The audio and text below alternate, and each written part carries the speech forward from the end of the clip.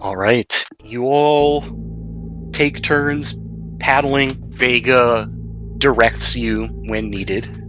And time passes by rather slowly. By the time you reach evening, you've come very far up the waterway, but you haven't found any land that is big enough to moor your vessel. You can either attempt to sleep in shifts on the raft and keep it moving, or you can try and lash it to a tree or something and sleep with it stationary. Best as you can determine. It's not ideal, but I feel like we should do this in shifts. I say we do option 2. Huh? Without you navigating us, we're not going to be able to move the boat quite so effectively. So whenever you kip off, we're all fucked. Noted. I guess I'm outvoted here then. Alright. So we can find a tree then. Yeah, alright. I guess we're going to look for a tree to tie up on. Okay. That is an easy enough task, so you're able to find a sturdy, large cypress, tie off, sleep for the night, and everything is calm and quiet. The waterways are still just barely big enough to accommodate the raft here. You do see some crocodiles now and then, but Perfect. Nothing that could actively assault you as long as you are out of the water. Just lying along the lengths of some logs, and it's sloshing. It probably smells Really bad. Oh yeah. probably cold and wet, and On the upside, I don't think there's that much sloshing. It's a bog, but I don't imagine there's that much wind down here. No, the sloshing would be more from the raft moving up and down just because you're all alive on it and moving a bit. But yeah, very apt description. I would add to that it is still very muggy even through the night. ugh. And the lack of a fire makes it a little uncomfortable and nerve-wracking. However, you all take your assumed standard shifts, and the evening passes without incident. In the morning, it is time for you guys to resume your trip. Can we get another sailing test? We can. I'm gonna spend 2 momentum again. Smoke them if you got them. Alright, this is gonna be bad. On 4 dice, I get... There you go. Oh. Whew. You can add 1 back to the pool. Alright, this time you have to draw from your rations, especially your water rations. It is getting hotter again. It cooled off a little bit as you traveled into the lower reaches of this area of the swamp, but you feel the temperature once again rising. Wonder how that tiger's doing following us. He definitely did not take the same route that you did, but he should be following you somewhere. I wonder if he took the middle path. Oh well. It was the one with the most solid ground. Yeah. And it's not like tigers can lash together rafts of anything. I think they can swim, though. Can they? I don't know. They're cats. They can do what they want. Good they are at distance swimming, but tigers do actually enjoy swimming now and then. He's also a tiger. He's got that going for him. So if we're lucky, he'll beat us there. Well, he probably didn't have to stop and build a raft. No. Or get eaten by catfish. There's probably a different level of hell waiting for him on whatever path he took. Maybe he climbed the cypress trees and jumped from one to the next. I wish he would have helped us out with the catfish if he was doing that. Not for nothing, that tiger would not be able to win against the catfish underwater. Oh, good to know. Good to know. All right. Anyways. I almost had him, though. You did. Right where you wanted him. Yeah.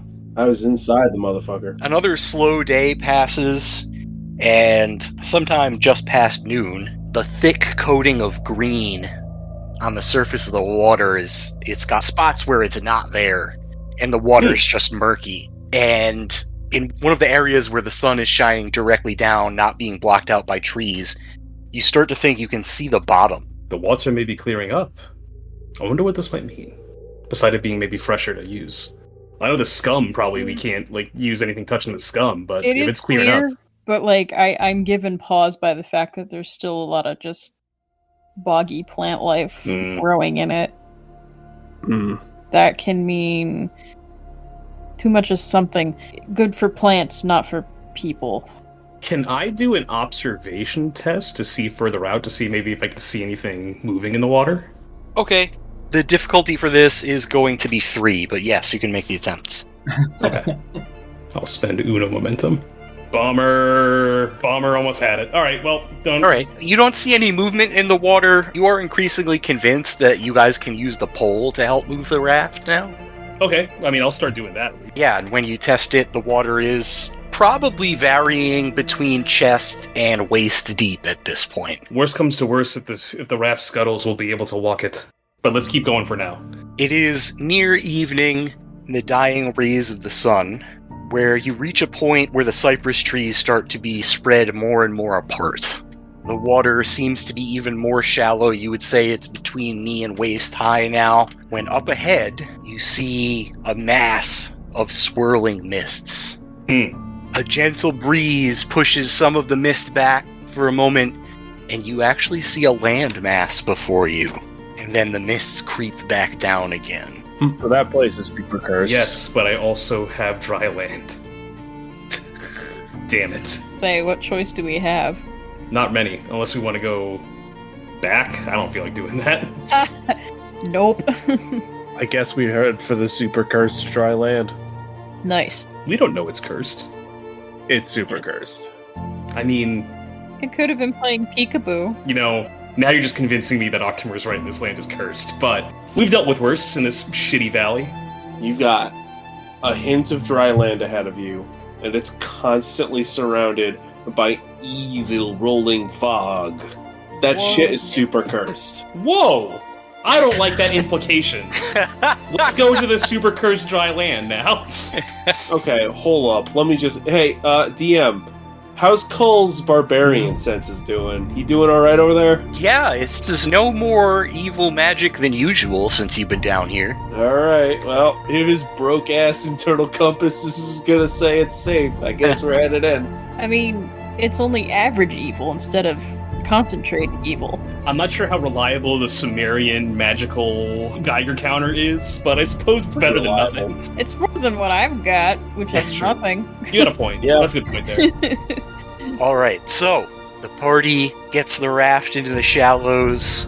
You guys hop off and start making your way up a rather steep initial incline of mud.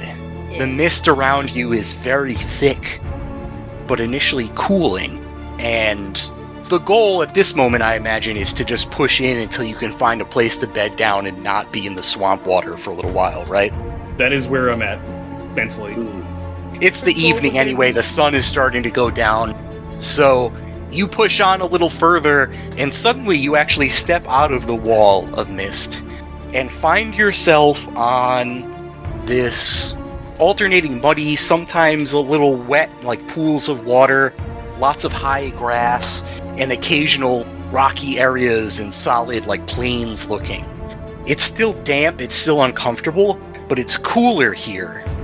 As evening begins to settle in, up against the cliff wall to the north and east of your current position, you see a flickering light, as if a fire seen through a small window. And that's where we're going to leave off. Special thanks to Toys and Things in Danvers, Massachusetts, Reaper Miniatures, Off the Wall Games in Hadley, Massachusetts, Games and Friends in Springfield, Massachusetts, as well as AAA Games Arena in Wilbraham, Massachusetts. If you enjoy the show, help the podcast grow.